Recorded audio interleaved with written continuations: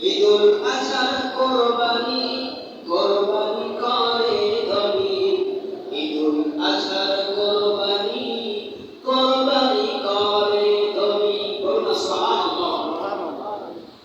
রক্তর ফোঁটা ছড়িয়ে মাটির বুকে পড়িলে, রক্তর ফোঁটা ছড়িয়ে মাটির বুকে পড়িলে, কোরবানিকারীর গোনা কোরবানিকারীর গোনা মাফ হয়ে যায় তখনই, কোরবানিকারীর গোনা মাফ হয়ে যায় তখনই। বলুন না সুবহানাল্লাহ। ইয়াতীম আর মিসকিনদের গোশত খাওয়ার জন্য সে কোরবানি করে না, এর মতো বখিল, এর মতো কৃপণ, এর মতো আল্লাহর দুশমন এই আসমানের নিচে আর জমিনের উপরে নাই। ঠিক কিনা বলেন? ভাইরা আমার, আপনি ফকির মিসকিনদের গোশত খাওয়ার জন্য আপনি কোরবানি দেন না, আপনার মতো বখিল কৃপণ আর আছে? আপনার অন্তরের কাছে জিজ্ঞাসা করে দেখুন। وداعيا إلى الله بإذنه وسراجا وقمرا منيرا، فقد قال الله تعالى في كلامه المجيد والفرقان الحميد.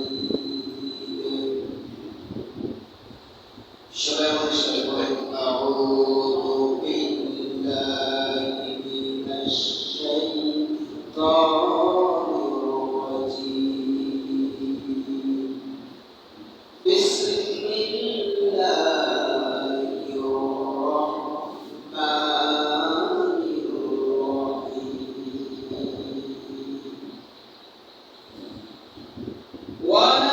وناديناه أن يا إبراهيم. الله أكبر. بسم الله الرحمن الرحيم. ما كان محمد أبا أحد من رجالكم ولكن رسول الله وخاتم النبيين، وكان الله بكل شيء عليما. إن الله وملائكته يصلون على النبي. يا أيها الذين آمنوا صلوا عليه وسلموا تسليما. اللهم صل على سيدنا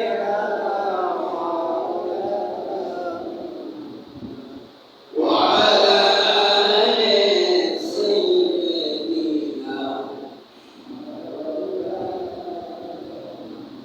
محمد জবান করে সবাই করি আল্লাহুম্মা সাল্লি আলা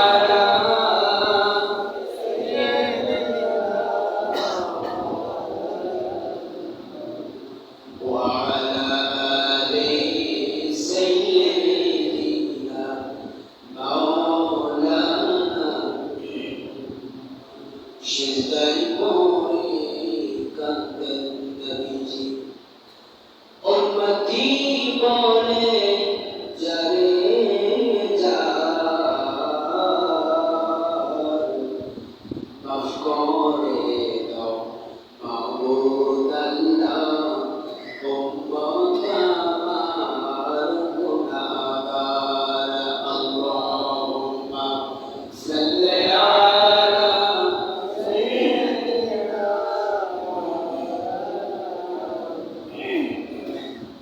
وعلى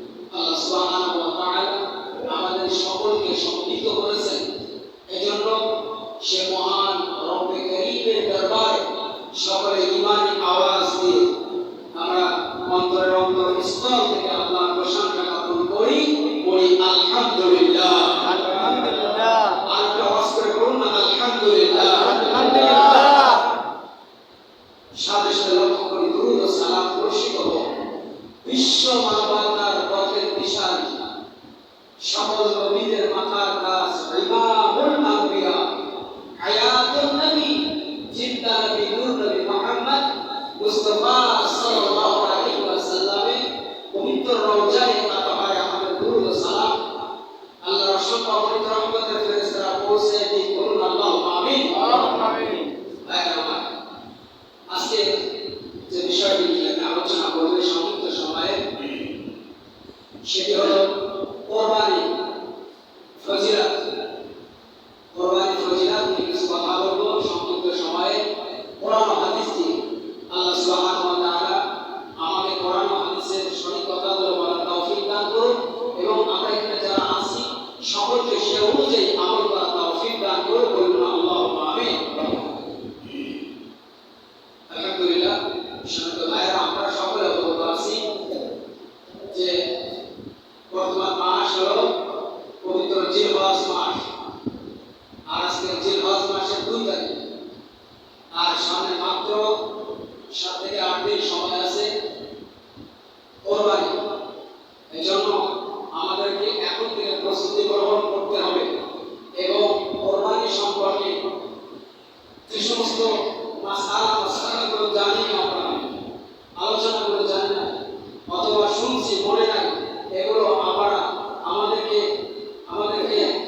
প্রিপারেশন গ্রহণ করতে হবে।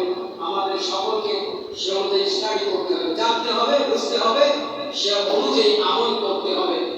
আল্লাহ সুবহানাহু ওয়া তাআলা বলেছেন, তুমি শোনো এবং সে অনুযায়ী মানো, আমি আল্লাহ সুবহানাহু ওয়া তাআলা তোমার জীবনে সব গুনাহগুলো মাফ করে দেব, বলুন আল্লাহুম্মা আমিন।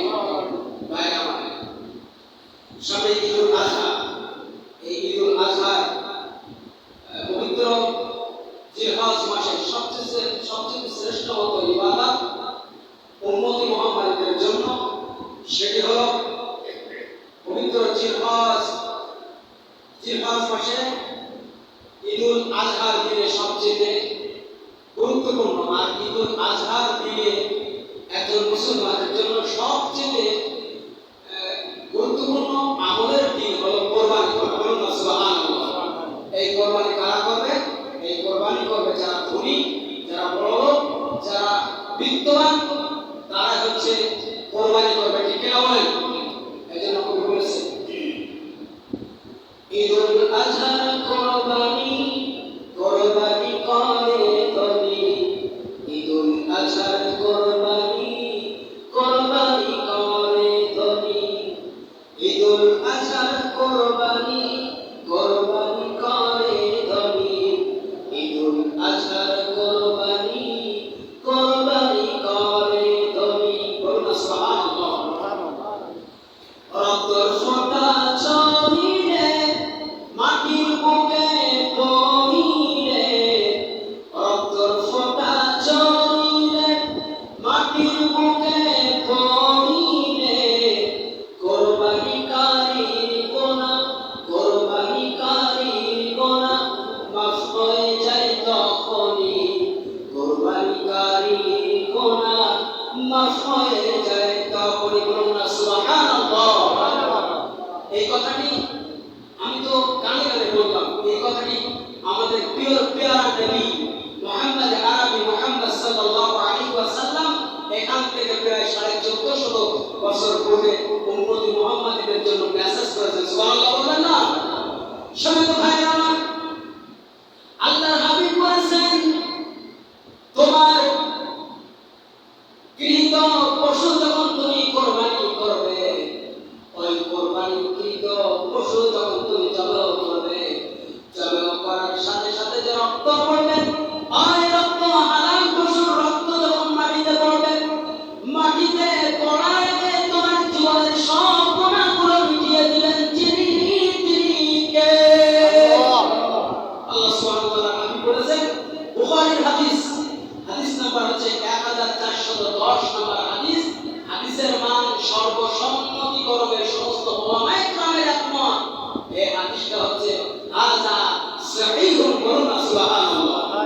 এরপর কবি কত সুন্দর করে বলেছেন যে এই ঈদুল আযহা আসছে, এই ঈদুল আযহা আসছে, তোমরা শুনে রাখো, এই ঈদুল আযহার দিন এমন একটি ইবাদত রয়েছে যে ইবাদতটি করলে সবচেয়ে খুশি হয়ে যায় কে? এজন্য কবি বলেছেন, একটি কথা শোনো ভাই, নেক আমলের চেয়ে আর নাই। আল্লাহু আকবার বলেন। একটি কথা হলো, ঈদুল আজহার দিনে শ্রেষ্ঠতম আমল, শ্রেষ্ঠতম ইবাদত, সেটি হলো সামর্থ্যবান ব্যক্তি একমাত্র কুরবানি করবে। ঠিক কিনা বলেন? আল্লাহ রাসূল সাল্লাল্লাহু আলাইহি ওয়াসাল্লাম তিনি যে বর্ণনা করেছেন, যে ব্যক্তি সামর্থ্য আছে ওই ব্যক্তি যদি কুরবানি না দেয়, ওই প্রকল্পে ওই হতভাগা, ওই নিষ্ঠুর, ওই কৃপণ, ওই বকরি যেন সে আমার ঈদগাহ ময়দানে না যায়। ঠিক কিনা বলেন? কিন্তু আমরা দেখতেছি যে অনেক মুসলমান ভাইরা রয়েছেন যাদের সামর্থ্য আছে। সামর্থ্য জিনিসটা কি জানেন? সামর্থ্য জিনিস হচ্ছে ক্ষমতা। সামর্থ্য জিনিসটার নাম কি? ক্ষমতা। কিন্তু অনেক মুসলমান ভাইদের, অনেক বাবাদের ক্ষমতা রয়েছে, যেভাবে হোক সে কোরবানি দিতে পারবে, কিন্তু ওই ব্যক্তি ওই জিল্লার গোশত খাওয়ার জন্য, ইয়াতীম আর মিসকিনদের গোশত খাওয়ার জন্য সে কোরবানি করে না। এর মতো বখিল, এর মতো কৃপণ, এর মতো আল্লাহর দুশমন এই আসমানের নিচে আর জমিনের উপরে নাই। ঠিক কিনা বলেন? ভাইরা আমার, আপনি ফকির মিসকিনদের গোশত খাওয়ার জন্য আপনি কোরবানি দেন না, আপনার মতো বখিল কৃপণ আর আছে? আপনার অন্তরের কাছে জিজ্ঞাসা করে দেখুন। এখন বলবেন যে হুজুর, আপনি তো বড় বড় লম্বা কথা বলছেন, আপনি তো প্রতি বছর কোরবানি দেন না। আমার একজন প্রশ্ন করছে, আই বাবা, আমি তো কোরবানি তো দেব, কিন্তু আপনারা যে হাদিয়া আমাকে দেন, মাস আসতে শেষ, আর আমার ফ্যামিলিতে, আমার পরিবারে, আমার গ্রামের বাসায় আমার যে সম্পদ আছে সব মিলিয়ে আমি নিজেও ঠিক মতো চলতে পারি না। কথা কিন্তু পরিষ্কার। সবাই তো ভাই আমার এখন তো প্রিয়জনের আমার, তাই তো কবি বলেছেন, একটি কথা শোনো ভাই, নেক আমল এর চেয়ে আর নাই। আছে? একটি কথা শোনো ভাই, নেক আমলের চেয়ে আর নাই। ঈদুল আজহার দিনে সাধ্য থাকিলে করো তুমি কোরবানি। ঈদুল আজহার দিনে সাধ্য থাকিলে করো তুমি কোরবানি। করুন না সুবহানাল্লাহ। আল্লাহ সুবহানাহু ওয়া তাআলা আমাদের সকলকে যাদের সামর্থ্য আছে কোরবানি করার তৌফিক দান করুন। বলুন আল্লাহুম্মা আমিন। এবার আমি আলোচনা দিকে আসছি সংক্ষিপ্ত সময়ে। আমি কোরআন আল কারীমের ছোট্ট একটা আয়াতে কারিমা তেলাওয়াত করেছি। আমি যে আয়াতে কারিমাটি তেলাওয়াত করেছি, এই আয়াতে কারিমাটি হলো সূরা সফের 103 নম্বর আয়াতে কারিমা। এই আয়াতে কারিমাটি আল্লাহ সুবহানাহু ওয়া তাআলা বলেন, ওয়া আনাদাইনাহু আন ইয়া ইব্রাহিম। আল্লাহ সুবহানাহু ওয়া তাআলা বললেন, আর আমি ইব্রাহিমকে ডাকলাম, নিশ্চয় আপনি স্বপ্নকে সত্যায়িত করুন। বলুন আল্লাহু আকবার। নবীদের স্বপ্ন হলো সত্য। বলুন তো নবীদের স্বপ্ন কি? সমস্ত আম্বিয়ার স্বপ্ন হলো সত্য। কোরআনুল কারীমের মধ্যে আল্লাহ সুবহানাহু ওয়া তাআলা জানিয়ে দিয়েছেন, মা ইয়ানতিকু আনিল হাওয়া ইন হুয়া ইল্লা ওয়াহয়ুন ইউহা। সুবহানাল্লাহ। সমস্ত আম্বিয়ার স্বপ্ন সেটি হলো সত্য, আর নবীদের স্বপ্ন হলো নবুয়তের 40 ভাগের এক ভাগ। সুবহানাল্লাহ বলতে চায় না? শহীদ ভাই আমার, হযরত ইব্রাহিম আলাইহিস সালাম এক রাতে স্বপ্ন দেখলেন। আল্লাহ সুবহানাহু ওয়া তাআলা তাকে স্বপ্ন দেখালেন। এই স্বপ্ন দেখলেন তিনি প্রায় 80 বছরের বৃদ্ধ। আল্লাহু আকবার বলেন। 80 বছরের বৃদ্ধ হযরত ইব্রাহিম আলাইহিস সালাম আল্লাহ সুবহানাহু ওয়া তাআলার কাছে অনেক প্রার্থনা করে আল্লাহ সুবহানাহু ওয়া তাআলার পক্ষ থেকে একটি পুত্র সন্তান লাভ করেছে। সুবহানাল্লাহ। একটি পুত্র সন্তান লাভ করেছে। তখন 86 বছর বয়সে হযরত ইব্রাহিম আলাইহিস সালাম আল্লাহর পক্ষ থেকে স্বপ্ন দেখেন। আল্লাহ সুবহানাহু ওয়া তাআলা সর্বপ্রথম তাকে স্বপ্ন দেখালেন, ইব্রাহিম তুমি আমার নামে কুরবানি করো। সুবহানাল্লাহ। এরপর দ্বিতীয় রাতে আবার দেখলেন। প্রথম রাতে যখন দেখলেন হযরত ইব্রাহিম আলাইহিস সালাম তিনি কি করলেন, স্বপ্ন দেখার সাথে সাথে তিনি 100 উট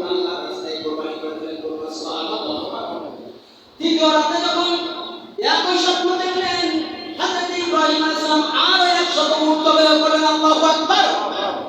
এরপর দ্বিতীয় রাতে প্রায় একই স্বপ্ন দেখলেন। আল্লাহ সুবহানাহু ওয়া তাআলা বললেন, ইব্রাহিম তুমি তোমার সবচেয়ে প্রিয় বস্তু, প্রিয় প্রিয় পাত্রকে আমার রাস্তায় তুমি কুরবানি করো। আল্লাহু আকবার।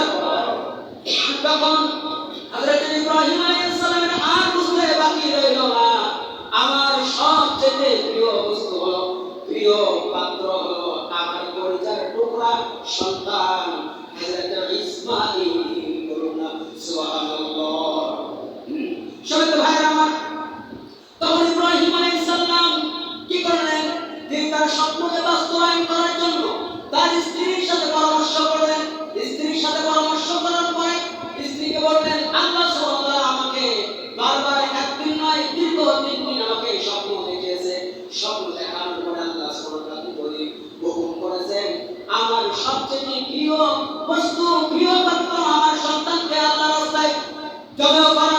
তখন স্ত্রী মা হাজেরা তিনি বললেন, আপনি আল্লাহর সাথে যে আল্লাহ সুবহানাহু ওয়া তাআলা স্বপ্ন দেখিয়েছেন ওই স্বপ্নকে আপনি বাস্তবায়ন করুন। আল্লাহু আকবার। দেখুন হযরত ইব্রাহিম আলাইহিস সালাম যেমন তার স্ত্রীটাও তেমন, আবার তার স্ত্রী যেমন তার সন্তানটাও তেমন। তারপর হযরত ইব্রাহিম আলাইহিস সালাম তার সন্তান হযরত ইসমাঈলকে বললেন যে বাবা আমি আল্লাহর পক্ষ থেকে আবিষ্ট হয়েছি যে আমি তোমাকে আল্লাহর রাস্তায় জবাই করতেছি। সুবহানাল্লাহ বলবেন না?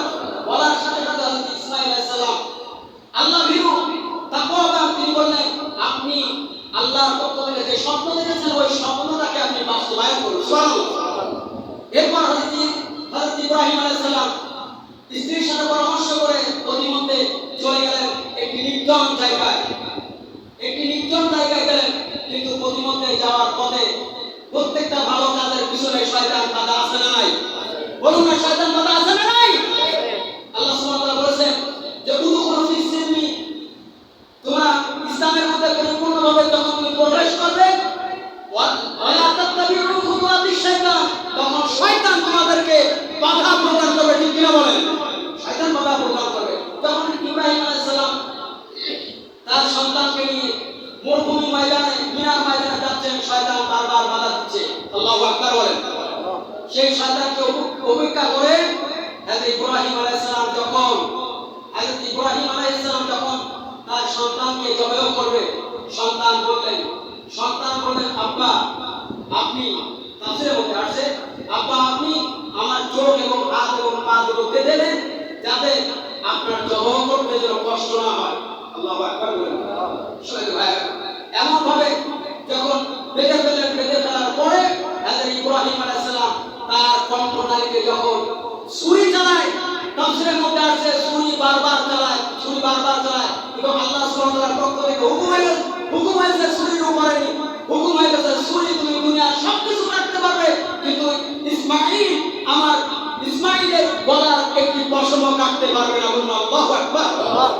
শুনুন ভাইরা, সেই কথাটি কোরআন আল কারীমের মধ্যে আল্লাহ সুবহানাহু ওয়া তাআলা জানিয়ে দিয়েছেন যে ফালাম্মা আসলামা ওয়া তাআল্লাত লিল জাবঈনা, আল্লাহ সুবহানাহু ওয়া তাআলা বলেন যখন তারা আত্মসমর্পণ করলেন এবং ইব্রাহিম তার সন্তানটাকে উপর করে শোয়ালেন। বলুন আল্লাহু আকবার।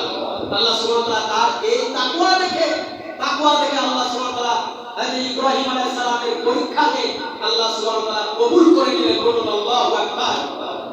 ইব্রাহিম আলাইহিস সালাম কি শুধুমাত্র একবার পরীক্ষার সম্মুখীন হয়েছিল? না, একবার পরীক্ষার সম্মুখীন হয় নাই। ইব্রাহিম আলাইহিস সালাম এত আল্লাহর একজন পয়গম্বর ছিলেন যিনি আল্লাহ সুবহানাহু ওয়া তাআলার পক্ষ থেকে বারবার পরীক্ষিত হয়েছিলেন। নমরুদ হযরত ইব্রাহিম আলাইহিস সালামকে ইসলামের সঠিক বাণী কাফের মুশরিকদেরকে যখন ইসলামের দাওয়াত দিচ্ছিল, ইব্রাহিম আলাইহিস সালামকে মূর্তি পূজা করা যাবে না, গাছের পূজা করা যাবে না, বাঁশের পূজা করা যাবে না, মানুষের পূজা করা যাবে না, তোমরা একত্ববাদ এক আল্লাহকে তোমরা ইবাদত করো। এই কথা যখন ইব্রাহিম আলাইহিস সালাম বলেছিলেন তখন আপনার নমরুদ তাকে ধরে আগুনের মধ্যে নিক্ষেপ করেছিল। এই আগুনের মধ্যে যখন নিক্ষেপ করেছিল আল্লাহ সুবহানাহু ওয়া তাআলা ওই আগুনকে শীতল করে দিয়েছিলেন। বলুন না সুবহানাল্লাহ। সেই কথাটি কোরআন আল কারীমের মধ্যে আল্লাহ সুবহানাহু ওয়া তাআলা বলে দিয়েছেন, ইয়া নারু কুনি বারদাও ওয়া সালামান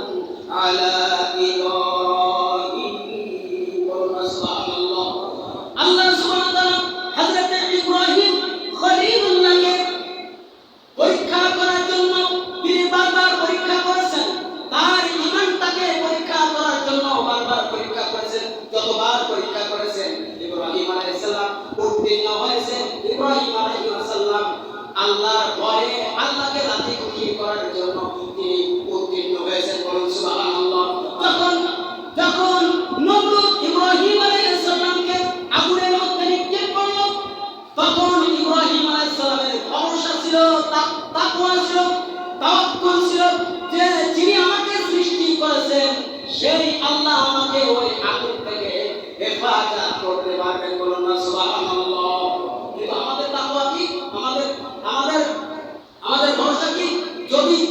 যদি ইসলামের বিপক্ষে যদি কোনো কথা আসে, ইসলামের বিপক্ষে যদি কেউ অবস্থান নেয়, তার বিপক্ষে কথা বলতে আমাদের ভয় করে, অন্তর কাঁপে, পুলিশের ভয় আসে, রাষ্ট্রের ভয় আসে যে আমার কি হবে। ঠিক কিনা বলেন ভাইরা আমার? ইব্রাহিম আলাইহিস সালামের সন্তান, আদম আলাইহিস সালামের সন্তান, মুহাম্মদ মুস্তাফা সাল্লাল্লাহু আলাইহি ওয়াসাল্লামের উম্মত, আমাদের জাতির পিতা হলো ইব্রাহিম আলাইহিস সালাম। ঠিক কিনা বলেন? ইব্রাহিম আলাইহিস সালাম যেমন পরীক্ষা দিয়েছিলেন, কোন মুসলমান পরীক্ষাবিহীন জান্নাতে যেতে পারবে না। সবাই তো ভাইরা আমার, এজন্য আমাদেরকে বেশি বেশি নেক আমল করতে হবে, ঈমান মজবুত রাখতে হবে। বলুন তো কি করতে হবে? বেশি বেশি নেক আমল করতে হবে, মজবুত ঈমান রাখতে হবে। ঈমান যদি আপনার দুর্বল হয়ে যায় তাহলে কিন্তু আপনার সব আমলগুলো দুর্বল হয়ে যাবে। একটি ঘটনা মনে পড়ে গেল। আল্লামা রিফাই রাহমাতুল্লাহ আলাইহি, আমি সরকারি কিতাবের মধ্যে পড়তেছিলাম, আল্লামা রিফাই রাহমাতুল্লাহ আলাইহি একদিন পথ দিয়ে হাঁটতে আসতেছে। এক ইহুদি চিন্তা করলো যে ইনি তো এই জামানার সবচেয়ে বড় বুজুর্গ, বড় ইমাম, আজকে ওনাকে একটি প্রশ্ন করব। এই প্রশ্নের উত্তর যদি দিতে পারে আমি ইহুদি পণ্ডিত, আমি সহ আমার সমস্ত ফ্যামিলি ইসলাম গ্রহণ করবো। বলুন না সুবহানাল্লাহ। তখন ইহুদি পণ্ডিত আল্লামা রিফাই রাহমাতুল্লাহ আলাইহি প্রশ্ন করলেন, ও জামানার মুজাদ্দিদ, ও জামানার আউলিয়া, ও জামানার বুজুর্গ, আমরা জানি তুমি অনেক বড় একজন আল্লাহর ওলি, তোমার কাছে একটা প্রশ্ন রয়েছে। এই প্রশ্নের উত্তর যদি তুমি দিতে পারো আমি কথা দিলাম, আমি আজ ইহুদি, আমি তো ইসলাম গ্রহণ করব, সাথে আমার ফ্যামিলি উম্মত। আল্লাহু আকবার। তখন আল্লামা রিফাই রাহমাতুল্লাহ আলাইহি বললেন, ও ইহুদি পণ্ডিত, তোমার প্রশ্ন কি? তখন ইহুদি পণ্ডিত বলল যে আমাদের পাশে যে কুকুর, এই কুকুর উত্তম না আপনি উত্তম? কুকুর বড় না আপনি বড়? আল্লাহু আকবার বলবেন না?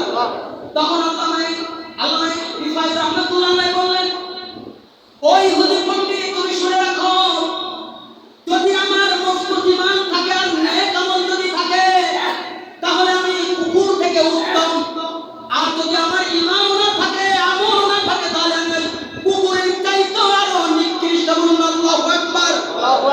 এজন্য আমাদের আমল করতে হবে ঈমান মজবুত রেখে। ঠিক কিনা বলেন?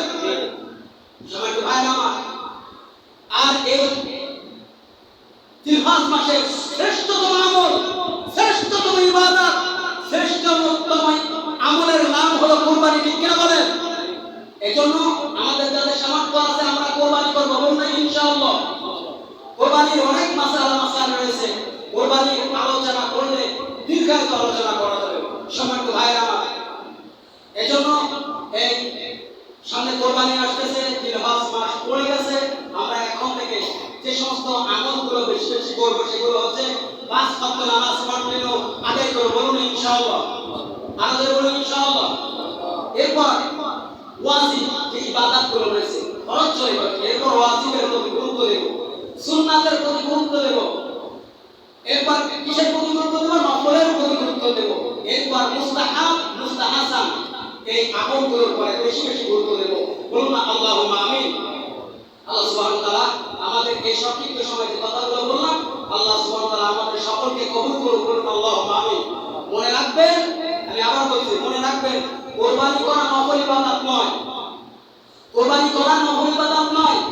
হানাফি মাযহাব এবং আমাদের সালাফি আহলে হাদিস এই দুইটা মানহাজের একই মত, কুরবানি করা সর্বসম্মতিক্রমে ওয়াজিব। যে আমলটি যদি স্বেচ্ছায় ছেড়ে দেওয়া হয় অবশ্যই ওই ব্যক্তি গুনাহগার হয়ে যাবে। আল্লাহু আকবার বলুন। সবাই তো ভাই আমার, একটি প্রশ্ন আসছে, অনেকেই প্রশ্ন করছে, শুধু একজন অনেকে অনেকে প্রশ্ন করছেন। প্রশ্নটি হলো কোরবানির দিন অথবা কোরবানি যে কয়দিন করা যায় হুকুম রয়েছে, এই কয়দিনের মধ্যে আপনার যদি কোরবানি ওয়াজিব হয়ে যায়, আপনি ওই কোরবানি বাদ দিয়ে কি আপনি আকিকা করতে পারবেন? না আকিকা আগে না কোরবানি আগে? আছে না না আমাদের প্রশ্ন, কোরবানি আগে না আকিকা আগে? মনে রাখবেন, আমি আবার বলছি, মনে রাখবেন কোরবানির দিন অথবা যে কয়দিন কোরবানি দেওয়া যায়, 3 দিন কি 4 দিন যে কয়দিন কোরবানি দেওয়া যায়, এই 3-4 দিনের মধ্যে যদি আপনার সামর্থ্য থাকে কোরবানি দেওয়া, আবার বলছি কোরবানি দেওয়ার যদি সামর্থ্য থাকে অবশ্যই আপনাকে কোরবানি দিতে হবে। আকিকা আপনি করে দেবেন। কথা বুঝতে পারছেন? কেন প্রশ্ন করেন হুজুর? কেন কেন আপনি কোরআন আল কারীমের কাছে প্রশ্ন করবেন?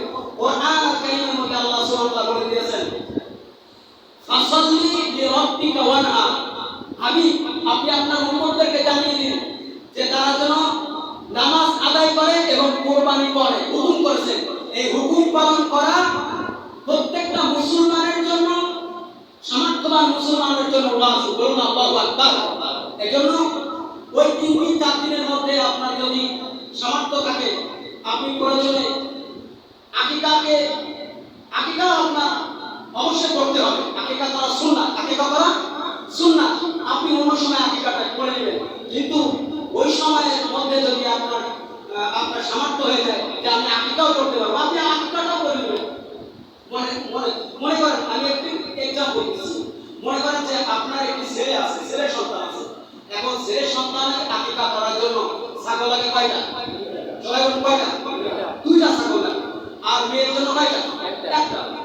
এখন আপনার সামর্থ্য আছে একটা ছাগল দিয়ে কোরবানি করা, কিন্তু 2টা আপনি কিনতে পারতেছেন না, তাহলে তো আপনার আকিকা দেওয়া কোরবানির সময় চলবে না। চলবে? পারবেন না। ইচ্ছা করলেই আপনি পারবেন, কারণ আপনার সামর্থ্য নেই। অতএব আপনার একটা ছাগল আছে, সামর্থ্য আছে কোরবানি দেওয়ার ওই 3-4 দিনের মধ্যে, আপনি ওই একটা ছাগল দিয়ে অথবা একটা আঁকি থেকে আপনি কোরবানির হক আদায় করবেন। বলুন ইনশাআল্লাহ। এসে ক্লিয়ার আমি বলতে পারবো না। আল্লাহ সুবহানাহু ওয়া তাআলা আমাদের সবাইকে বেশি বেশি নেক আমলগুলো করার তৌফিক দান করুন। সামনে কোরবানি আসতেছে, আমরা এখন থেকে প্রিপারেশন নিব। আমাদের পশুগুলো যেন মোটা তাজা হয়, ও পশু যেন কান ছেঁড়া, নাক ছেঁড়া, হ্যাঁ, শিং জমে একটা ভাঙ্গাচোরা নাই থাকে, রোগ আক্রান্ত না হয়, সুস্থ সবল সুন্দর পশু দিয়ে আমরা কোরবানি করার চেষ্টা করব। বলুন না ইনশাআল্লাহ। আল্লাহ সুবহানাহু ওয়া তাআলা আমাদের সকলকে কবুল করুন।